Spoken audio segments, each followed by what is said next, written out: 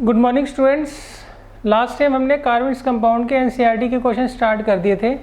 आज हम remaining question करेंगे।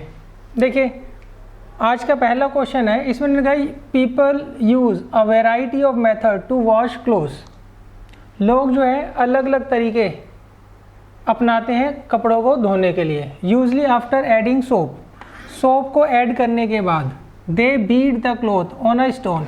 जितने भी धोबी होते हैं वो क्या करते हैं, कपड़ों को क्या करते हैं, किसी पत्थर के ऊपर क्या करते हैं, पटकते हैं। और beat it with a paddle, या फिर किसी डंडे से उसको हम क्या करते हैं, पीटते हैं। स्क्रब विद अ ब्रश, या फिर उसको क्या करेंगे, हम स्क्रब करेंगे, किससे, ब्रश से। The mixture is agitated in a washing machine, या फिर जो सोप का मिक्सचर है उसको हम क्या करेंगे, कपड़ों के साथ वॉशिंग मशीन में क्या करेंगे, एजिटेट करेंगे, मतलब घुमाएंगे। Why agitation is necessary to get clean cloth. अब इन सब केसेस में हम क्या कर रहे हैं, एजिटेशन कर रहे हैं, किसका, कपड़ों का। ये क्यों जरूरी होता है, ये उन्होंने आपसे पूछा है। तो देखिए इसका आंसर क्या है। Agitation is necessary to obtain complete micelle formation. देखिए हम कपड़े को एजिटेट क्यों करते हैं सोप के सॉल्यूशन के अंदर, ताकि मिसेल्स की फॉर्मेशन कंप्लीटली हो जाए। And the emulsion of the oil in water so that the whole of the dirt is removed on rinsing with water. सही, इसका मेन मकसद यही होता है ताकि मिसेल्स की फॉर्मेशन हो जाए। सही, मिसेल्स की फॉर्मेशन से होता क्या है, जितना भी डर्ट होता है कपड़ों के अंदर वो सारा का सारा बाहर निकल आता है, किसमें, पानी के अंदर। क्लियर है। तो मिसेल्स की फॉर्मेशन क्या करते हैं, कपड़ों को एजिटेट जरूर करते हैं। अब देखिए नेक्स्ट क्वेश्चन है, इसमें उन्होंने कहा है ethane with molecular formula C2H6 has. आपको यहाँ पे बताना है मीथेन जो होता है, इथेन जो होता है, इथेन का फार्मूला होता है C2H6। इसमें कितने कोवलेंट बॉन्ड होते हैं, इसमें कितने कोवलेंट बॉन्ड होते हैं। तो सबसे पहले देखिए हम इथेन का स्ट्रक्चर बना लेते हैं। तो क्या दे रखा है आपको, C2H6, एक कार्बन है और उसके साथ कितने हाइड्रोजन जुड़े हुए हैं, 1 2 3 4 5 6 जो है यहाँ पर हाइड्रोजन जुड़े हुए हैं। क्लियर है। अब देखिए अब इन्होंने पूछा है आपसे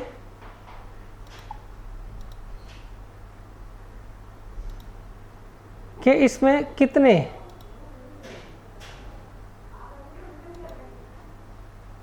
कोवलेंट बॉन्ड है। तो आप सिंपली गिन लीजिए कितने। सही, तो देखिए यहाँ पे कितने कोवलेंट बॉन्ड है, पहला ये रहा, दूसरा, third, fourth, fifth, sixth and seventh. कितने बॉन्ड है बच्चों इसमें, 7 कोवलेंट बॉन्ड है। क्लियर है। 1 2 3 4 5 6 एंड 7, टोटल इसमें क्या है, 7 कोवलेंट बॉन्ड है।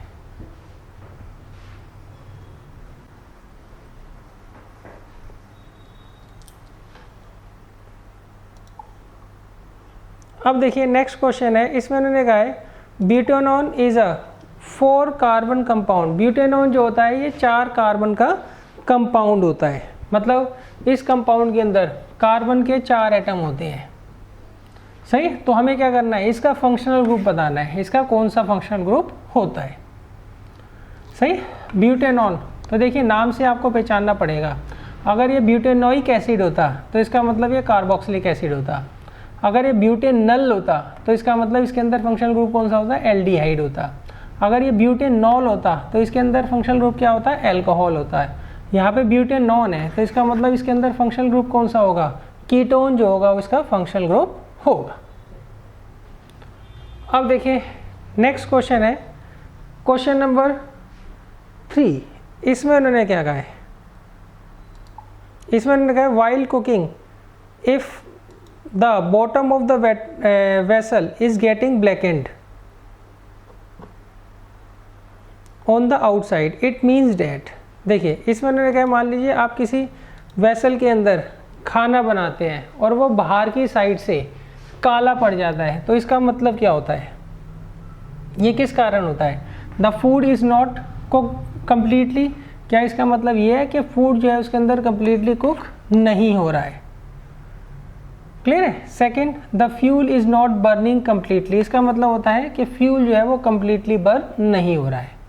क्लियर है। मान लीजिए आपको एक कंटेनर दे रखा है, उसके अंदर आप खाना बनाते हो और यहाँ से इसको हीट देते हो और यहाँ से अगर ये काला पड़ता जा रहा है तो इसका मतलब क्या हो रहा है, इसका मतलब ये है कि जो फ्यूल हम यूज़ कर रहे हैं वो कम्प्लीटली बर्न नहीं हो रहा है। सही। कभी भी अगर मान लीजिए फ्यूल जो है कम्प्लीटली बर्न नहीं होता है तो वो क्या करता है, ब्लैक सूट क्या करता है, प्रोड्यूस करता है। उस कारण क्या होता है, जो बर्तन, जिस बर्तन के अंदर हम खाना बनाते हैं वो नीचे से क्या होता है, काला पड़ जाता है। सही। अच्छा, नेक्स्ट है बच्चों question number 4।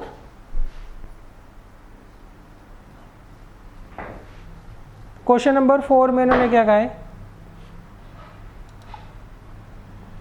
Explain the nature of the covalent bond using bond formation is CH3Cl। देखिए यहाँ पर हमें जो है मिथाइल क्लोराइड का स्ट्रक्चर जो है वो क्या करना है, हमें एक्सप्लेन करना है, उसको हमें क्या करना है, बनाना है। सही। और फिर उसका नेचर भी बताना है।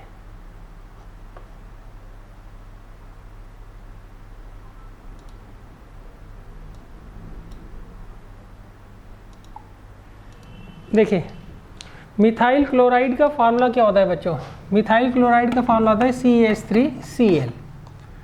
सही। इसमें कितने कार्बन होते हैं, एक कार्बन होता है, हाइड्रोजन कितने होते हैं, 3, और एक क्या होता है, क्लोरीन होता है। क्लियर है। तो देखिए यहाँ पर हम क्या करेंगे, सेंटर में कार्बन बनाएंगे और यहाँ पर 4 इलेक्ट्रॉन जो उसकी आउटर मोस्ट शेल में होंगे वो हम क्या करेंगे, यहाँ पर शो कर देंगे। सही। अच्छा, इसके साइड में हाइड्रोजन जो होता है उसकी आउटर मोस्ट शेल में कितने इलेक्ट्रॉन होते हैं, 1। तो यहाँ पर हम क्या करेंगे, 3 हाइड्रोजन यहाँ पर बना देंगे और उसका ये सिंगल इलेक्ट्रॉन जो आखिरी शेल में होता है उसको हम शो कर देंगे। नेक्स्ट हम क्लोरीन बना देंगे। क्लोरीन की जो आखिरी शेल होती है उसमें कितने इलेक्ट्रॉन होते हैं बच्चों, 7 इलेक्ट्रॉन होते हैं। यहाँ पर मैंने सिर्फ एक ही बनाया है, बाकी 6 बनाना भूल गया हूँ, तो वो मैं अब बना देता हूँ। क्लियर है। अब देखिए ये कार्बन है, इसके बाद आखिरी शेल में कितने इलेक्ट्रॉन है, 4 इलेक्ट्रॉन है। तो वो यहाँ से सिंगल बॉन्ड बनाएगा किसके साथ, हाइड्रोजन के साथ, सिंगल बॉन्ड इस हाइड्रोजन के साथ बनाएगा, सिंगल बॉन्ड इस हाइड्रोजन के साथ बनाएगा, सिंगल बॉन्ड इस क्लोरीन के साथ बनाएगा। तो इस केस में इस कार्बन की आखिरी शेल में कितने हो जाएंगे, टोटल 8 इलेक्ट्रॉन हो जाएंगे। क्लियर है। इस क्लोरीन के पास अपने 7 इलेक्ट्रॉन है आउटर मोस्ट शेल में, एक इसने यहाँ से ले लिया शेयरिंग से, तो इसके पास भी कितने हो जाएंगे, 8 इलेक्ट्रॉन हो जाएंगे। इस हाइड्रोजन के पास आखिरी शेल में एक इलेक्ट्रॉन है, एक उसने यहाँ शेयरिंग से ले लिया, तो इसकी आखिरी शेल में भी 2 इलेक्ट्रॉन हो जाएंगे। इस हाइड्रोजन के पास आखिरी शेल में एक इलेक्ट्रॉन है, एक उसने शेयर कर लिया, तो इसके पास भी 2 इलेक्ट्रॉन हो जाएंगे। इस हाइड्रोजन के पास आखिरी शेल में एक इलेक्ट्रॉन है, एक उसने यहाँ से शेयरिंग कर लिया, तो इसके पास भी 2 इलेक्ट्रॉन हो जाएंगे। तो ये इसका जो है एग्जैक्ट स्ट्रक्चर बनेगा। क्लियर है। तो इसमें सारे के सारे क्या होंगे, सिंगल कोवेलेंट बॉन्ड बनेंगे। कितने सिंगल कोवेलेंट बॉन्ड बनेंगे, 4 जो है यहाँ पर सिंगल कोवेलेंट बॉन्ड बनेंगे। और यहाँ पर जो बॉन्ड बन रहा है वो कोवेलेंट क्यों है, क्योंकि वो शेयरिंग ऑफ इलेक्ट्रॉन से बन रहा है। अगर वो इलेक्ट्रॉन्स के ट्रांसफर से बनता, गिव एंड टेक से बनता, तो वो कौन सा बॉन्ड होता, आयोनिक बॉन्ड होता। सही। तो आप लिखोगे क्या, covalent bond is formed by sharing of electron between 2 atoms. सही। Therefore it is non ionic in nature. मतलब मिथाइल क्लोराइड के अंदर जो बॉन्ड बनते हैं उनका नेचर क्या होता है, कोवेलेंट नेचर होता है। कोवेलेंट नेचर मतलब नॉन आयोनिक नेचर उनका होता है, मतलब यहाँ पर आयंस की फॉर्मेशन बिल्कुल भी नहीं होगी।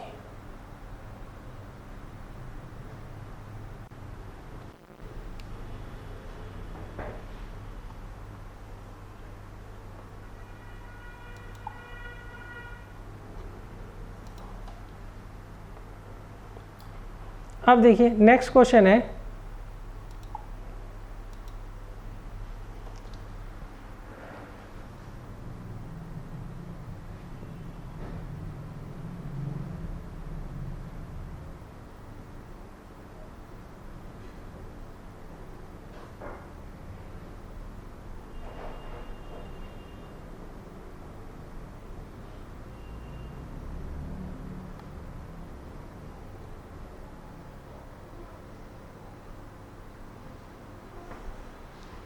देखिए नेक्स्ट क्वेश्चन मैंने लिखा है draw the electron dot structure for ethanoic acid, hydrogen sulphide, propanone and fluorine.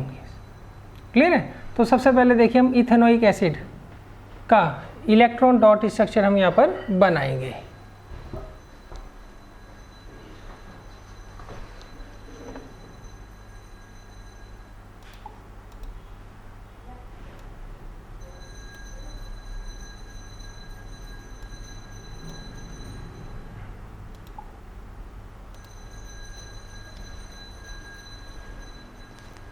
देखिए सबसे पहले हमें इथेनोइक एसिड का इलेक्ट्रॉन डॉट स्ट्रक्चर यहाँ पर बनाना है। क्लियर है।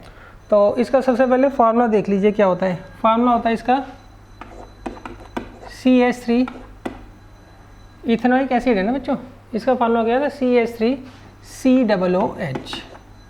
क्लियर है। तो यहाँ पर एक कार्बन होगा, उसके साथ 3 हाइड्रोजन अटैच्ड होंगे, उसके साथ सिंगल बॉन्ड बनाएंगे। सही।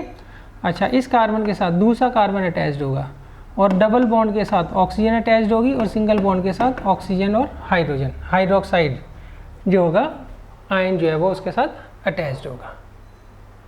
क्लियर है। तो इसका आप इलेक्ट्रॉन डॉट स्ट्रक्चर देखिए यहाँ पे मैंने यहाँ दिखा रखा है आपको।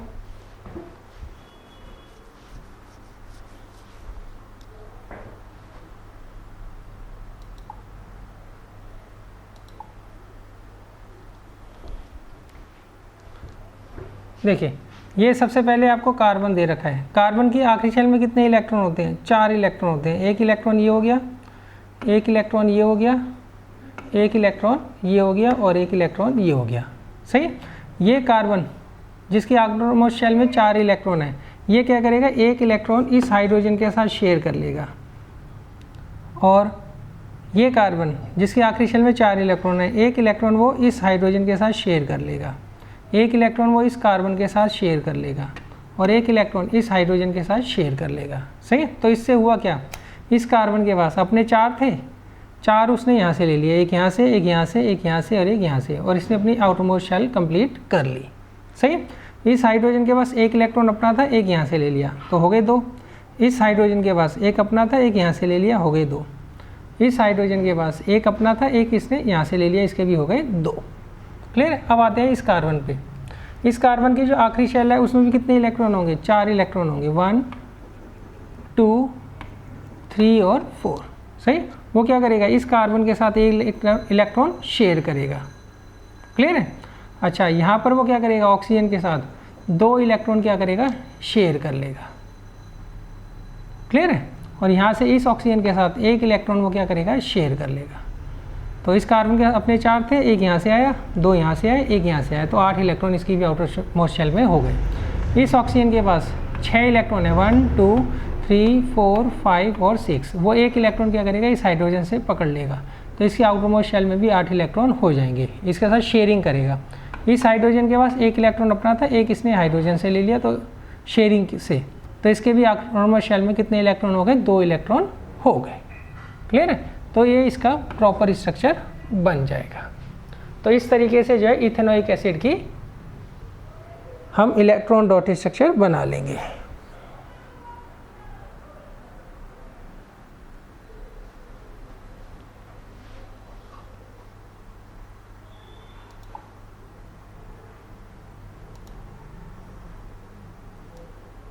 देखिए अब नेक्स्ट है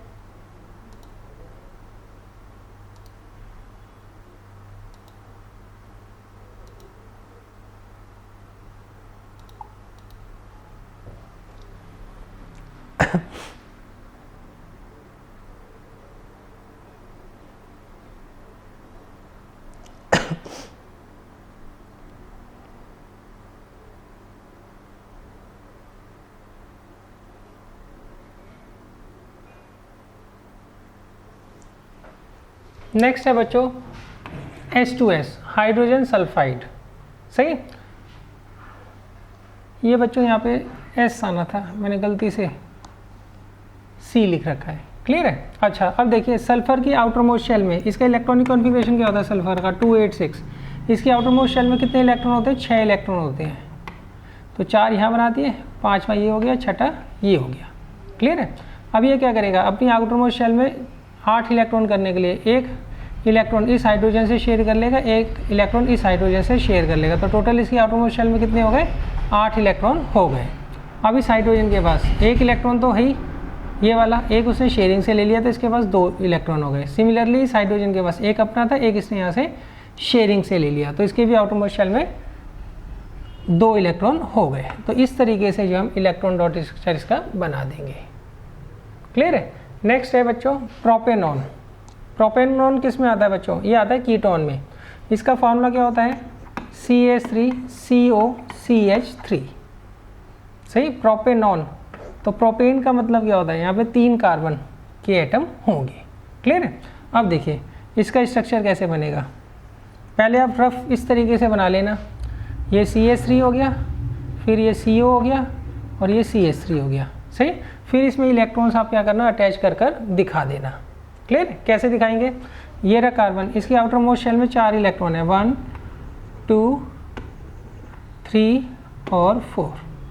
सही।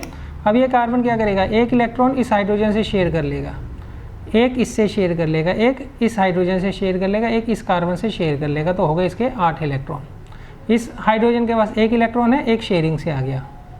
इस हाइड्रोजन के पास एक इलेक्ट्रॉन अपना, एक शेयरिंग से आ गया। इस हाइड्रोजन के पास एक अपना इलेक्ट्रॉन है, एक शेयरिंग से आ गया। तो इन तीनों के भी 2-2 इलेक्ट्रॉन हो गया आउटर मोस्ट शेल में। अब देखिए ये कार्बन है, इसकी आउटर मोस्ट शेल में 4 इलेक्ट्रॉन है, एक ये रहा, 2 ये रहे, 3 और एक ये मान लेता हूँ मैं। क्लियर है। अब ये क्या करेगा, 2 इलेक्ट्रॉन तो यहाँ से शेयर कर लेगा, एक इस कार्बन के साथ कर लेगा, एक इस कार्बन के साथ कर लेगा। तो ऐसे इसके पास कितने हो गए, 8 इलेक्ट्रॉन हो गए। इस ऑक्सीजन के पास 6 अपने इलेक्ट्रॉन है, 2 उसने यहाँ से शेयर कर लिए, तो इसकी भी आउटर मोस्ट शेल में 8 इलेक्ट्रॉन हो गए। अब ये कार्बन है, कार्बन की आखिरी शेल में कितने इलेक्ट्रॉन होते हैं, 4, 2 ये रहे, एक है बच्चों यहाँ पर, एक इस हाइड्रोजन का माना जाएगा।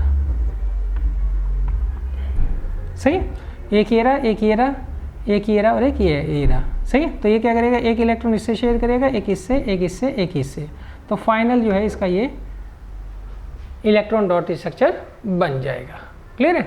नेक्स्ट है फ्लोरीन गैस F2। देखिए फ्लोरीन का जो वो होता है इलेक्ट्रॉनिक कॉन्फ़िगरेशन वो होता है 287। इसकी आखिरी शेल में कितने होते हैं, 7 इलेक्ट्रॉन होते हैं। तो मैंने यहाँ पे 7 इलेक्ट्रॉन बना दिए दोनों की आउटर मोस्ट शेल में। अब ये क्या करेगा, एक इलेक्ट्रॉन ये फ्लोरीन इसके साथ क्या करेगा, शेयर कर लेगा। तो इसकी आउटर मोस्ट शेल में कितने हो जाएंगे, 8 इलेक्ट्रॉन हो जाएंगे। सिमिलरली 7 इसके पास है, एक इससे शेयर कर लेगा, इसकी भी आउटर मोस्ट शेल में 8 इलेक्ट्रॉन हो जाएंगे।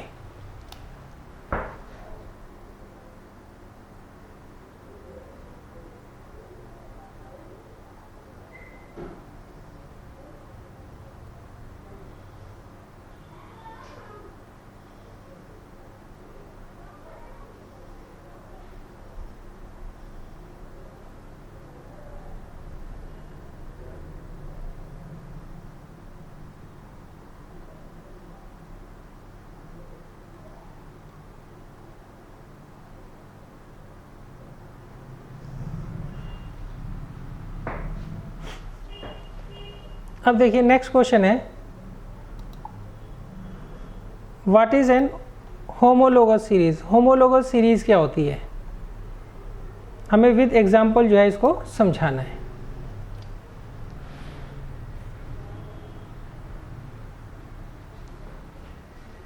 क्लियर है। होमोलोगस सीरीज क्या होती है बच्चों, ये क्या होता है, ग्रुप होता है किसका, कंपाउंड्स का, जिनको हम सेम मॉलिक्यूलर फार्मूला से क्या कर सकते हैं, रिप्रेजेंट कर सकते हैं। सही, तो ये है series of compounds in which same functional group substitutes for hydrogen in a carbon chain is called homologous series. Clear है।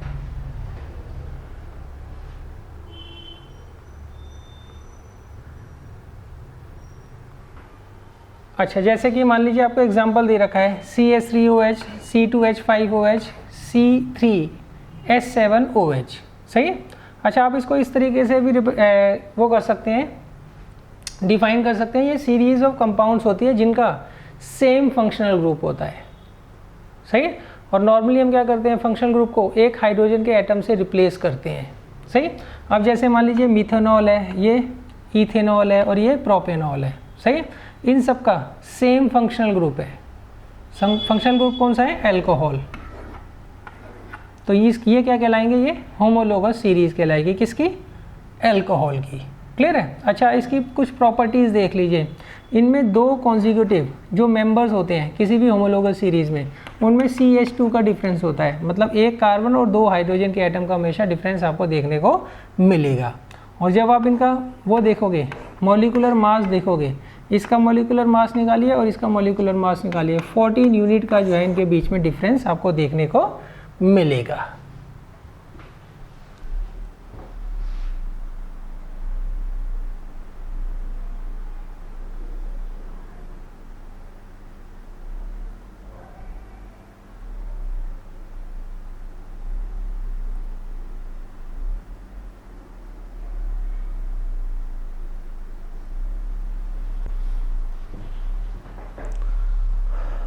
अब देखिए नेक्स्ट क्वेश्चन है, क्वेश्चन नंबर 7। इसमें मैंने कहा है how can ethanol and ethanoic acid be differentiated on the basis of their physical and chemical properties. आपको जो है यहाँ पर इथेनॉल और इथेनोइक एसिड को on the basis of their physical and chemical properties क्या करना है? डिफ्रेंशिएट करना है।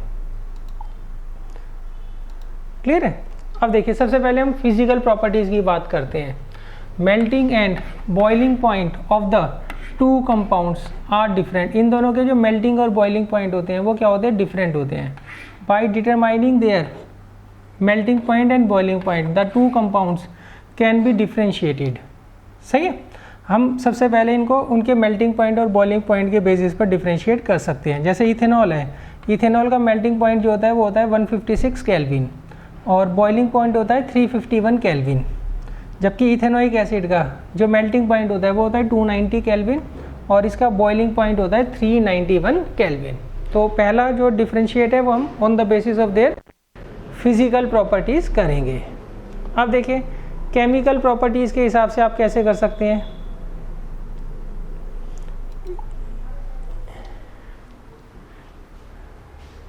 सही।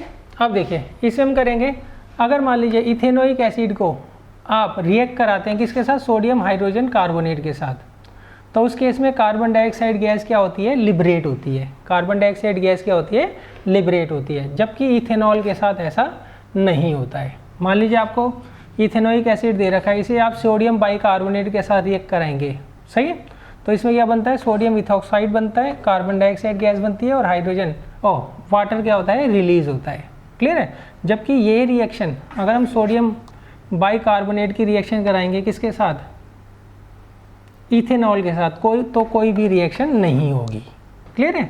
तो दूसरा ये आप जो है मेजर डिफरेंस यहाँ पर लिख सकते हैं कि जो इथेनोइक एसिड होता है वो सोडियम बाइकार्बोनेट के साथ रिएक्ट करके, या सोडियम हाइड्रोजन कार्बोनेट लिख लीजिए, एक ही बात है, क्या बनाता है? कार्बन डाइऑक्साइड गैस क्या करता है? रिलीज करता है। वाइल जो एल्कोहल होता है ये सोडियम बाइकार्बोनेट के साथ बिल्कुल भी रिएक्ट नहीं करता है।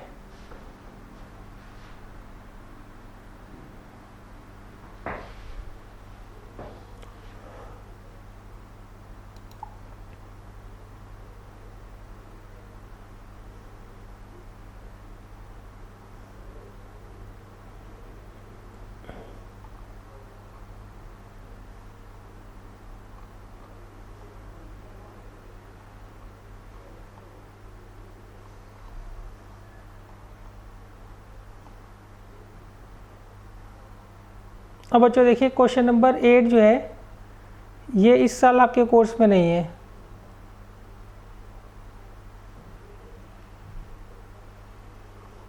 तो ये मैं अभी स्किप कर रहा हूँ, ये एंड में मैं करवा दूंगा आपको। देखिए 9th है, इसमें मैंने कहा why are carbon and its compounds used as a fuel for most application. इस क्वेश्चन में पूछा है हम कार्बन और उसके कंपाउंड्स को एज अ फ्यूल क्यों यूज़ करते हैं। सही, उसका रीज़न क्या होता है? Carbon on combustion gives carbon dioxide and water. This reaction is accompanied by the evolution of heat and light. The same is true for compounds of carbon. That is why carbon and its compounds are used as a fuel for most applications. देखिए जब भी हम carbon को क्या करते हैं? Oxygen की presence में बर्न करते हैं, तो उस केस में क्या होती है, कार्बन डाइऑक्साइड गैस और वाटर क्या होती है, रिलीज होती है। साथ ही साथ इसमें बहुत सारी हीट और लाइट जो होती है वो भी इवॉल्व होती है। इस हीट और लाइट के कारण ही हम क्या करते हैं, जितने भी कार्बन और कार्बन के कंपाउंड्स होते हैं उनको हम क्या करते हैं, एज अ फ्यूल यूज करते हैं। अब देखिए नेक्स्ट है बच्चों क्वेश्चन नंबर 10, ये भी हम बाद में करेंगे।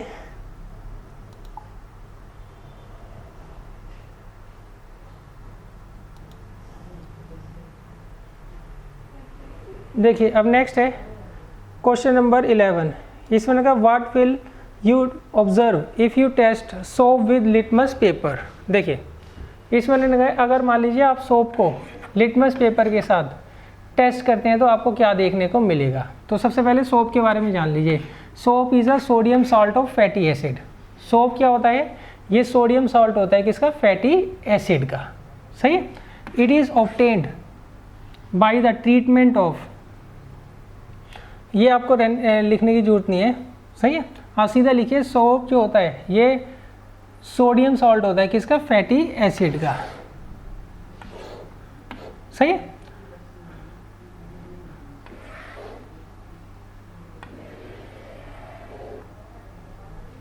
क्लियर है।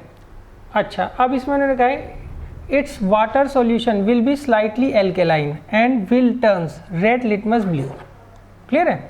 अच्छा सोप जो होता है बच्चों वो क्या होता है, सोप का जो सॉल्यूशन होता है किसके अंदर, वाटर के अंदर, वो क्या होता है, स्लाइटली एल्केलाइन होता है। क्या होता है, स्लाइटली एल्केलाइन होता है। इसीलिए ये क्या करेगा, रेड लिटमस को क्या करेगा, ब्लू में कन्वर्ट कर देगा, चेंज कर देगा।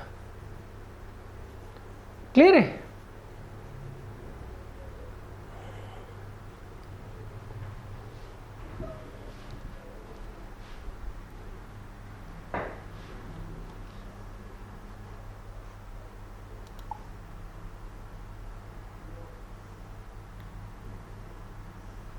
बच्चों ये भी हम एंड में करेंगे क्वेश्चन।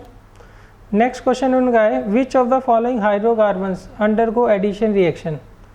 ये भी हम बाद में करेंगे।